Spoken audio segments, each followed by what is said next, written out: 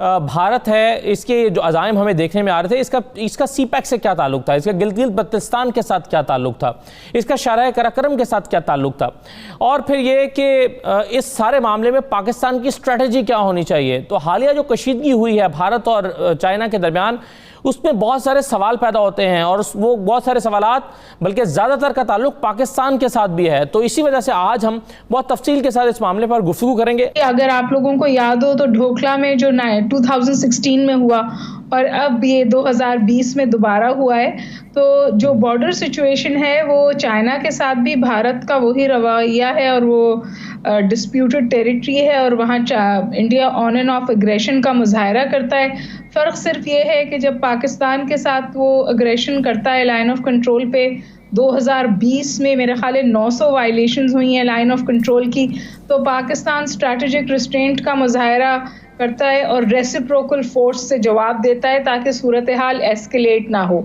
नेपाल जैसा मुल्क तो समझिए बिल्कुल वो घुटने टेक देता है। अब के नेपाल ने भी थोड़ा सा रेजिस्ट किया है क्योंकि उनकी भी टेरिटरी का एक हिस्सा लेकर रोड की वहाँ पे कंस्ट्रक्शन हुई है। चाइनीज़ मिनिस्ट्री का फॉरेन मिनिस्ट्री का बड़ा कैटेगोरिकल स्टेटमेंट आया। चाइनीज़ फॉरेन मिनिस्ट्री ने कहा है कि जी हम अपनी टेरिटोरियल इंटेग्रिटी का दिफा कर रहे हैं, और ये बात भी गलत है कि वो इंडियन टेरिटरी पे हैं, वो अपनी टेरिटरी पे हैं जो उनकी टेरिटरी है, और उस पर इंडियन इंकर्जन थी जिसको उन्होंने पुश बैक दिया है। देखिए, इस वक्त एनवायरनमेंट को समझने की ज़रूरत है। चाइना का जो भी रिस्पांस है वो ओवरऑल स्ट्रेटेजिक एनवायरनमेंट का एक हिस्सा है और उसकी एक ज़रूरत है। ओवरऑल एनवायरनमेंट क्या है इस वक्त? पोस्ट कोरोना एनवायरनमेंट में और अमेरिका के आने वाले इंतखाबात में एक खास माहौल बना है। अमेरिका प्रेसिडेंट ट्रंप इल्ज़ाम लगा रहे हैं चाइना के ऊपर कोरोना वायरस के स्प्रेड का या डिलिबरेट लीक का, फिर वो इनकी बढ़ती हुई इकोनॉमिक इन्फ्लुएंस को या मुआशरती जो असर रसूख है उसको रोकने के लिए both the countries are at war. तीसरी बात, अमेरिका खुद कोविड-19 को अपने मुल्क में हैंडल करने में बहुत बुरे तरीके से नाकाम हुआ है और 1,05,000 उनके आदमी मर चुके हैं। आने वाले इंतखाबात में डोनाल्ड ट्रंप को एक पंचिंग बैग की जरूरत है जो वो चाइना को बनाना चाहता है। अब इन एनवायरनमेंट में उन्होंने इस्तेमाल करने का फैसला किया है हिंदुस्तान को, क्योंकि डायरेक्ट कॉन्फ्रंटेशन वो अवॉइड करते हैं और हमेशा करेंगे।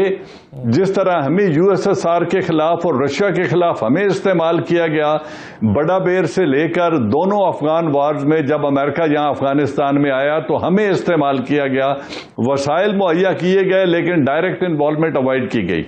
अभी इस तरह उन्होंने इस दफा हिंदुस्तान को इस्तेमाल किया है। हिंदुस्तान को उन्होंने एक एडवांटेज दिया है, बहुत बड़ा स्ट्रेटेजिक एडवांटेज दिया है, और वो है कि आप कश्मीर को 370 और 35A रिवोक कर दें। आपके खिलाफ कोई इंटरनेशनल एक्शन नहीं होगा, ना सैंक्शन लगेंगी, ना आपके ऊपर कोई दबाव आएगा, न यूनाइटेड नेशन आपके खिलाफ कोई कार्रवाई करेगी। आप इसको हड़प कर जाएं कश्मीर को। और इतना बड़ा एडवांटेज देने के बाद वो उससे जो ले रहे हैं वो दो चीजें तीन हैं जी। पहली बात यह है कि वो जो चाइनीज सेंसिटिविटी है साउथ चाइना सी में, क्योंकि चाइना ने 1 अरब 40 करोड़ लोगों का पेट भरना है, उसकी मुआशी जरूरतें और एनर्जी की जरूरतें बहुत ज्यादा हैं। साउथ चाइना सी में उसकी मुश्किलात का इजाफा अमेरिका कर सकता है। जापान, ऑस्ट्रेलिया, इंडिया और अमेरिका का जो 4 मुल्की मुआहदा है उसके तहत हो सकता है। ताइवान में उनके लिए प्रॉब्लम क्रिएट हो सकते हैं, और साउथ चाइना सी और सी ऑफ जापान में उनकी मूवमेंट को इंटरप्ट किया जा सकता है। तो उसकी तमाम तर तिजारत को रोकने के इम्कानात हैं। लिहाजा चाइना चाहता है कि सीपैक एंड सिल्क रूट खुला रहे और अल्टरनेट रूट समुद्रों के पानी तक रसाई का शॉर्टेस्ट रूट उसको अवेलेबल हो। अब इस सारे को डिस्टर्ब करने के लिए वो हिंदुस्तान को इस्तेमाल करना चाहते हैं कि आप इनके खिलाफ लद्दाख रीजन में वहां पे कार्रवाई शुरू करें।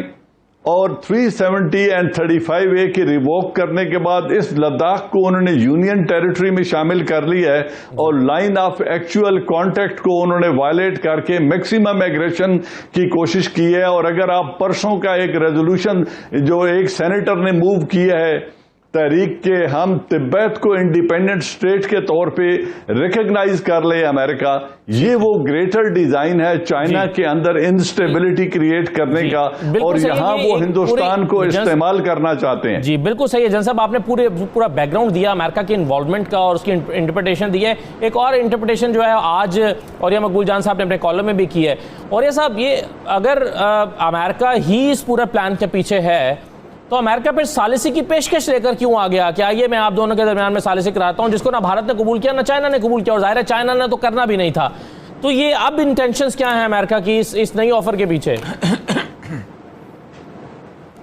देखिए 2005 में जब दूसरी दफा जॉर्ज डब्ल्यू बुश ने इलेक्शन जीता है तो वॉर एंड टेरर के ऊपर इन्वेस्टमेंट बहुत ज्यादा हो गई हुई थी। तो जॉर्ज डब्ल्यू बुश ने स्टेट ऑफ द यूनियन के उसमें तकरीब में एड्रेस करते हुए कहा था, we are not complacent enough that we should not consider the threats of Indian and Chinese economy, and the Indian economy is more a threat to us because the Indian education system is well in place। एक तो ये देख लीजिएगा। दूसरा ये था कि जिस वक्त 2008 की मुकम्मल तौर पर तबाही और बर्बादी हुई है, $700 बिलियन मांगे हैं वॉल स्ट्रीट ने, तो रैंड कॉर्पोरेशन को एक रिपोर्ट बनाई गई थी और कहा गया था कि बताएं हमें क्या करें। तो उन्होंने ये कहा था कि $1400 अरब भी आग दे दें तो ये उठने वाला नहीं, ये बुलबुला फट चुका है, इकोनॉमिक बुलबुला, ये बहुत बुरा होगा। अमेरिका को अगर इकोनॉमी को स्टेबलाइज करना है तो दो बड़ी जंगें होनी चाहिए और वो दो बड़ी जंगें तीन बड़ी मईशतों के दरमियान होनी चाहिए जो पली हुई मईशतें हैं। और उन्होंने उन मईशतों के अंदर इंडिया को गिना था, चाइना को गिना था, रूस को गिना था और उसके साथ साथ उन्होंने कहा था कि इन तीनों के अंदर एक साइजेबल पॉपुलेशन मुसलमानों की है कि जिनको अगर उठा लिया जाए तो प्रॉक्सी वॉर शुरू हो सकती है और वो बड़ा मसला बना सकती है। लेकिन अफगानिस्तान की सिचुएशन ने इनको बिल्कुल बदल दिया। इसकी बुनियाद पे 2010 में हेनरी क्लिंटन ने एक आर्टिकल लिखा था फॉरेन पॉलिसी में, where we are going to invest our next 10 years, और उसने कहा था the people who believe that the strength of America lies inside America are fools, strength of America lies outside America। हम containment of China कहेंगे। सितंबर 2019 में pentagon की फार east Asian strategy आई है जिसमें पार्टनर डिसाइड हुए हैं, उसमें इंडिया एक बहुत बड़ा पार्टनर है। उन्होंने कहा है कि जब तक हम इस सारी सूरत हाल के अंदर चाइना को कंटेन नहीं करते हम कुछ नहीं कर सकते। 3,70,000 के करीब अफवाज जो हैं इस वक्त इंडिया अमेरिका की वहां खड़ी हैं। अब उन्होंने इंडिया के अंदर आप अंदाजा करें 205 की स्ट्रेटेजी बनी है। उसके बाद उन्होंने पूरे कॉर्पोरेट पैसे से नरेंद्र मोदी को जिताया है, पूरा हिंदुत्व का वो तस्वर उभारा है और उस हिंदुत्व के तस्वर के अंदर उन्होंने उनको बना दिया है कि अब हमने लड़ना है। इस वक्त लद्दाख की टेरिटरी है ना, ये बड़ी अजीबोगरीब टेरिटरी। लद्दाख से पहले एक चीज मुझे जरा समझा दीजिए, दोनों में से एक ही चीज कर सकता है ना अमेरिका, या तो अमेरिका चाइना के खिलाफ इंडिया की पुष्टपनाही करके उसको अपने मकासद के लिए इस्तेमाल कर सकता है, या फिर ये कर सकता है कि दोनों को लड़ाकर यानी इंडिया को जंग में धकेल कर पैसे कमा सकता है अपने हथियारों के जरिए। दोनों चीजें बैक वक्त तो नहीं कर सकता अमेरिका। नहीं देखें, मसला सला ये होगा कि इस वक्त चूंकि चाइना एट वॉर तो है और चाइना की इकोनॉमिक कमर तो टूटने की सूरत हाल होगी। इसमें एक बड़ा अजीब गरीब है, अगर ये वॉर जोन बन जाता है ये लद्दाख का इलाका तो चाइना का सीपैक अगले कई सालों तक खत्म हो गया ना। आप बेशक सुलह करवा लें, कुछ करा लें, तोपें खड़ी रहेंगी, ये खड़ा होगा। देखिए मैं सीपैक के तो मैं लद्दाख की टेरिटरी बताऊं आपको, 1842 के अंदर रंजीत सिंह जो था उसने यहां पर एंटर हुआ था और चांग का शेख से बाप होता था, उसने उस वक्त उनको पीछे भगा दिया था और वादी लेह पे कब्जा कर लिया था। फिर उसके बाद हुआ जाता है जब अंग्रेज आए तो अंग्रेजों के जमाने में ये पूरा इलाका जो था इंसर्जेंसी चल रही थी, वो इज्जत बेग जो था वो उसने मूवमेंट चलाई हुई थी, मुसलमानों ने लैदा हो गए हुए थे, तो उन्होंने जॉनसन लाइन बना दी थी 1945 तक। ये रही ऐसी चीज और चाइना को नहीं पता था, जाहिर बात है वहां इंसर्जेंसी चल रही।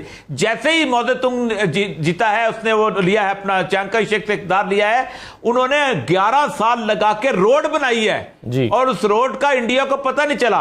1949 में नेहरू ने कहा ये तुम क्या कर रहे हो, ये तो हमारी टेरिटरी है। उस पर 1965 ने जाके चाइना ने हमला किया था और 37,000 स्क्वायर किलोमीटर अक्सर चीन का इलाका कब्जा कर लिया था इसका और उसके ऊपर अपने नक्शे में जाहिर कर दिया था। चाइना का अपना नक्शा चल रहा है, ये वो इलाका है जो बेआबाद है, लेकिन इस इलाके में अगर जंग शुरू हो जाए तो आप सोचें कि पाकिस्तान का सी पैक जो है वो उसी तरह है जैसे कारगिल पे आप जाके बैठ गए थे और मसला बंद हो गया था। दूसरा डिस्प्यूट है सिक्किम का। सिक्किम का डिस्प्यूट ज्यादा अहम है। सिक्किम का डिस्प्यूट ये है कि ऊपर एक है चिकन नेस्ट, वो जिसे कहते हैं बांग्लादेश के ऊपर एक 16 मील की पट्टी है। वो पट्टी अगर चाइना की तोपें वहां खड़ी हो जाए तो 7 रियासतें इंडिया की ऐसी हैं, त्रिपुरा है, मिजोरम है, नागालैंड है, सिक्किम है, जहां आजादी की उम्र चली है, वो कट जाती हैं। और वहां पर इस वक्त फटा शुरू हुआ है। नेपाल ने कहा है कि देखो हम गोरखे थे, हमारी वजह से तुम्हारी फौज चलती थी, अब पीछे हट जाओ, हम पीछे हट जाओ। वहां एक और सिचुएशन बन गई है। बुनियादी तौर पर इंडिया को उन्होंने उलझा दिया है और इंडिया का जो हिंदू है वो समझता है देवता उतरेगा। और वो उसको अभी भी परसों तरसों में पढ़ रहा था, उनके सारे जितने बड़े थे ना पंडित वो कह रहे थे ये कलयुग आ गया है, कलयुग में ये युद्ध है, ये आखिरी लड़ाई है, हिंदुत्व का परचम काबुल कंधार में लहराएगा।